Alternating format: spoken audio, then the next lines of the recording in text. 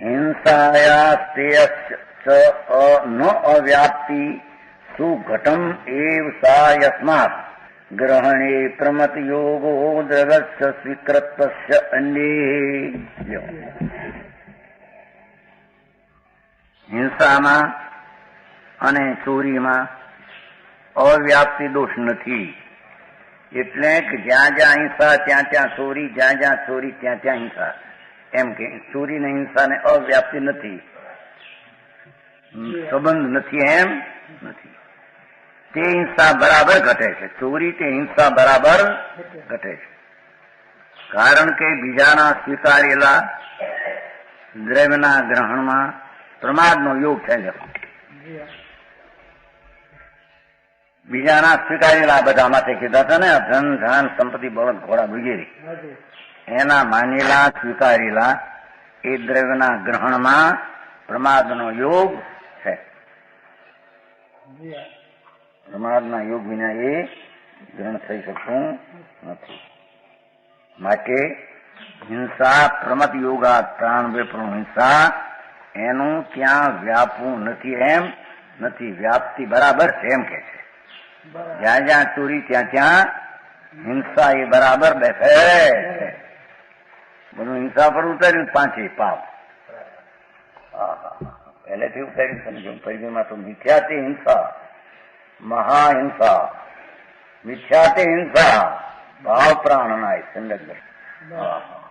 વસ્તુ સ્વભાવ ત્રિકાળનો સ્વીકાર ન કરતા એક રાગ આદિ વિકલ્પનો સ્વીકાર, મિથ્યાત ભાવ, ચૈતન સમ્યક દર્શનના ભાવ પ્રાણની ઉત્પત્તિ સમ્યકની સમજીએ તેને તે હણે છે. મૂળ વાત જાણો. ભગવાન આત્મા પૂર્ણ ચૈતન સ્વભાવ, પરિપૂર્ણ વસ્તુ સ્વભાવ, એનો સ્વીકાર ન કરતા અહીં પદાર્થનો સ્વીકાર આવે છે ને પરનો, એમ આવા પદાર્થનો સ્વીકાર ન કરતા અહીં રાગ માત્રનો સ્વીકાર કરીને રહ્યો ભાવ પ્રાણની સાથે. સમજાણું? અહીંયા તો સમ્યક દર્શન જ્ઞાન થયું પછી પણ અસ્થિરતાના ભાવ પ્રાણની હિંસા શું છે એનું વર્ણન કરે છે. જ્ઞાનીને પણ જેટલો ચોરીનો વિકલ્પ હોય છે એ પણ ભાવ પ્રાણ હિંસા છે. બોલું મહાપ્રાણની હિંસા છે. આ અલ્પ અસ્થિરતાના પ્રાણની હિંસા છે. જીવતર શક્તિ પહેલી લીધી છે ને 48 શક્તિમાં, જીવતર શક્તિ પહેલી લીધી. જીવતર શક્તિ, ભાવ પ્રાણ, દર્શન જ્ઞાન આનંદ સત્તા, એવા ભાવ પ્રાણને સ્વીકાર તો ઉત્પન્ન કરતો નથી. એકલા રાગ આદિને ઉત્પન્ન કરે છે. મૂળ જીવનનો નાશ કરે છે. અને એના પછી પણ જેટલો આ હિંસા જૂઠું ચોરીનો ભાવ હોય છે એટલી પણ ભાવ હિંસા અસ્થિરતાની છે. જ્ઞાનીને છે એમ સિદ્ધ કરે છે. અહીંયા પછી જેટલો રાગનો ત્યાગ થઈને સ્થિરતા થઈ, હિંસાનો ત્યાગ, ચોરીનો ત્યાગ, જૂઠાનો જેટલો રાગની સ્થિરતા થયો એટલી એને ભાવ દયા થઈ, ભાવ અહિંસા થઈ ગયો. પર્યાયનું અહીં તો ખતમણી માંડી છે. દ્રવ્યની તો કરવી અને પર્યાયમાં જેટલે અંશે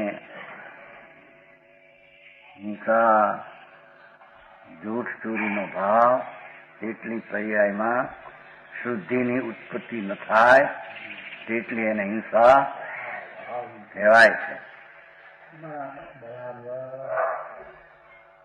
સમજાણું કાંઈ?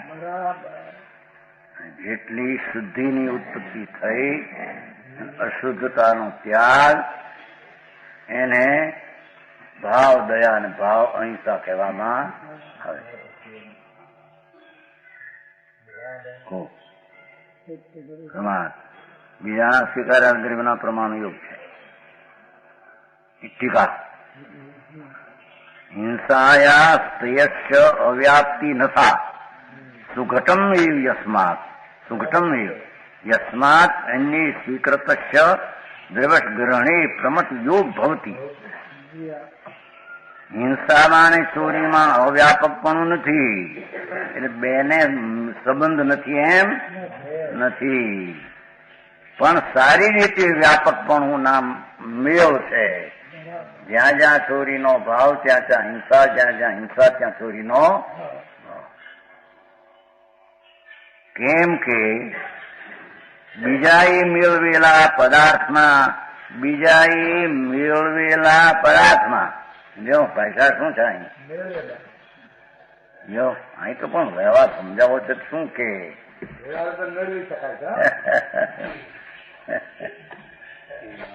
એને આવ્યા થા રાજ હતો ને આવ્યા પરોના પુણ્ય એથી એને મેળવેલા એવું કથન કરીને વાત એને હરે છે તે નુકસાન કરે છે એમ કેવું છે.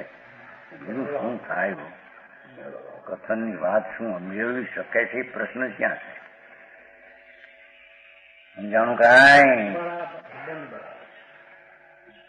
વ્યવહાર કથન એની પાસે છે, એના પુનથી મળેલા અને એને ભાવ હતો હું મેળવું એમ, એથી એને મળેલા કેમ કહેવામાં આવ્યું છે.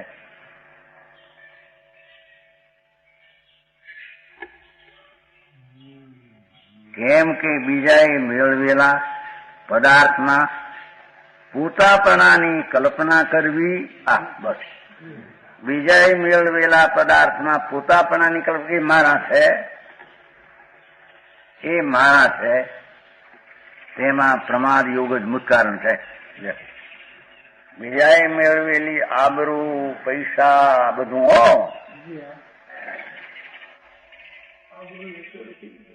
આબરૂ એની બીજાની આબરૂ કે નહીં મારે લઈને રળી ખાય છે મારું એમ.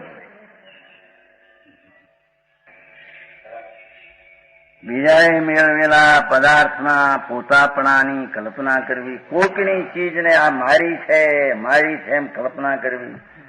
આ એટલી જમીન લ્યો, જમીન આવી હતી કે નહીં, કોકની જમીન હોય ભેળવીને મારી છે એમ કેવી, એ પણ પ્રાણ હિંસા છે.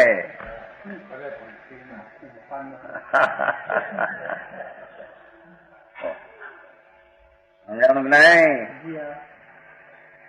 વારમાં મકાન કરવું હોય અને હોય આમ 55 વાર, 5 વાર ઓલા પેલી દાબી દે પૂછ્યા વિના ભાઈ વાત તમારી લીધી, હવે બીજું શું થાય, મકાન તો કરી લીધું.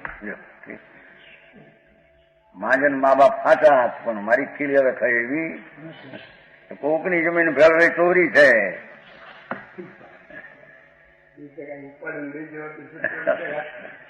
ભેળવી નાખીને પોતામાં ઉપાડી ક્યાં ખટકો લઈ જાય ક્યાંય.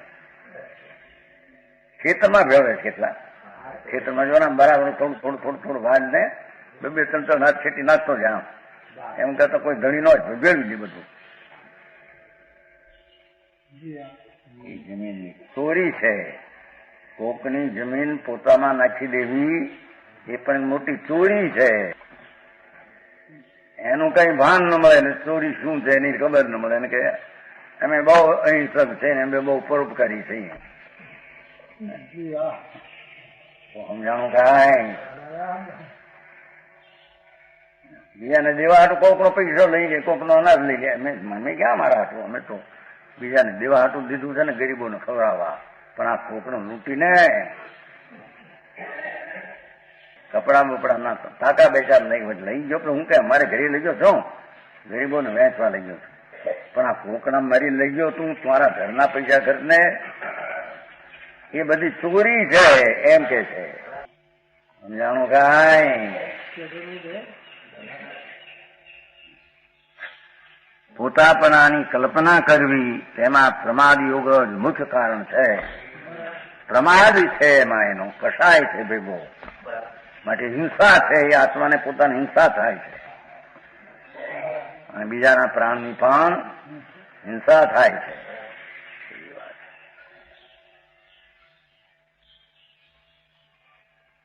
આ વાત જો કોઈ જીવને કોઈ કાળે જે સમય જ્યાં ચોરી છે ત્યાં હિંસા ન હોય તો અવ્યાપ્તિ નામ પામે એમ કે છે. અવ્યાપ્તિને સિદ્ધ કરે છે.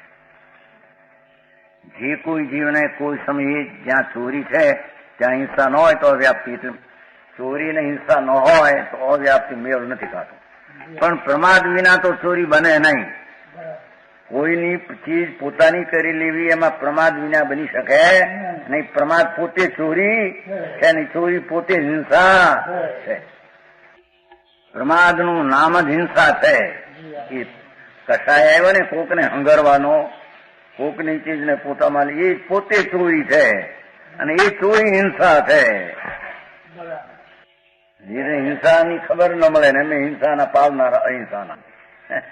શિવલામાં કીધું છું ભાઈ, સતની સચ વાત કરે અને જેને ઊંધી બેઠ્યો હોય એને દુઃખ થાય, પણ એનો હેતુ પ્રમાદનો નથી. આવ્યું છું ને, હે આદે અનુષ્ઠાનમ,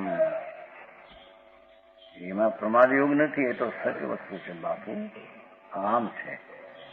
વસ્તુના સ્વભાવની વિપરીત દ્રષ્ટિકારી છે. તારી ભલે એને વ્યક્તિગત ના કરે, પણ કે આવું માને તે મિથ્યાત છે. અને એ મિથ્યાત મોટો પાપ ને મોટી હિંસા, એની ખબર ન મળે. એને મેં દયા પાલનારા અને હિંસા પાલનારા. સમજાણું કાંઈ?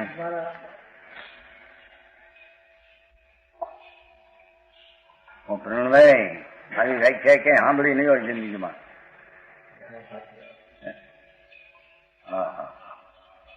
ભાઈ આવી હિંસાની વ્યાખ્યા ક્યાંય નહીં, બીજે નથી.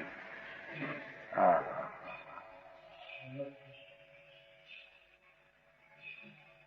ધર્મીને પણ સમ્યક દર્શન જ્ઞાન હોવા છતાં જેટલો પ્રમાદ ભાવ આવે, કસાય ભાવ આવે એટલી હિંસા છે. એક ઓર કેક સમકીતી ને આશરો બંધ હોય નહીં. ભાઈ આશરો ને બંધ હોય નહીં. એ તો દ્રષ્ટિના જોર ને દ્રવ્યના આશ્રયની અપેક્ષા એ વાત છે. પર્યાયનો વિવેક જ્યાં બતાવે છે, પર્યાયમાં જેટલો રાગ તેટલી હિંસા, જેટલો રાગ ઘટે સ્વરૂપને આશ્રય તેટલી અહિંસા, જેટલો રાગ તેટલું જૂઠું, જેટલો રાગનો ભાવ થઈને સ્થિરતા એટલું સત્ય. સ્થિરતાની વાત છે. મુનિને પણ પંચમહાવર્તના વિકલ્પ એટલી હિંસા, શુભ જોગ છે ને એટલો. વિતરાગ માર્ગમાં આ અહિંસા અને હિંસાનું સ્વરૂપ ક્યાંય ગ્રહણકાળમાં બીજે વસ્તુની સ્થિતિ એમ છે એમાં કઈ બીજી કલ્પના કરીને ક્યાં છે? વસ્તુ જ આવી છે ત્યાં કે છે. પ્રમાદનું નામ જ હિંસા છે અને ચોરીમાં પ્રમાદ જરૂર છે. માટે એમ સિદ્ધ થયું, જ્યાં જ્યાં ચોરી ત્યાં ત્યાં અવશ્ય હિંસા છે, અવ્યાપ્તિ. સમજાણું કાંઈ?